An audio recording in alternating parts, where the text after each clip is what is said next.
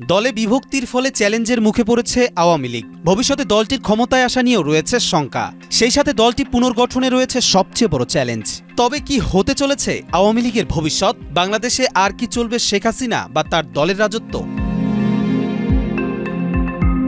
২০২৪ সালের জুলাই আগস্টে তীব্র আন্দোলনে অসংখ্য মানুষের হতাহতের পর আওয়ামী লীগ সরকারের পতন ঘটে। ক্ষমতাচ্যুত প্রধানমন্ত্রী শেখ হাসিনা সহ আওয়ামী লীগের শীর্ষ নেতারা বর্তমানে ভারতে আশ্রিত আছেন। এরই মধ্যে আওয়ামী লীগ এখন নতুন সংকটের মধ্যে পড়েছে। দলের নেতারাও নিজেদের দোষ স্বীকার না করে একে অপরকে দোষারোপ করছেন।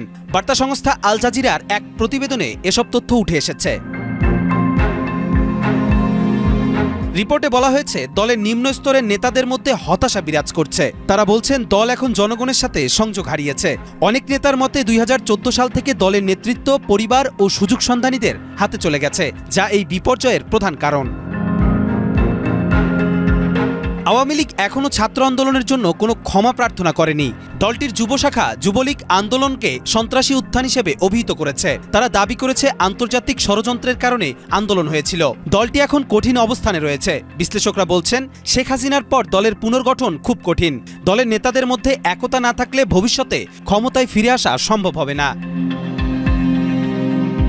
এদিকে ছাত্র আন্দোলনকারীরা জানিয়েছেন, আগামী নির্বাচনে আওয়ামী লীগকে অংশগ্রহণ করতে দেয়া হবে না। তাই বিশেষজ্ঞরা বলছেন, আওয়ামী লীগ যদি আবার জনগণের আস্থা অর্জন করতে চায় বা নির্বাচনে আসতে চায়, তবে তাদের অবশ্যই ২০২৪ সালের আন্দোলনে ঘটিত অপরাধের জন্য ক্ষমা চাইতে হবে।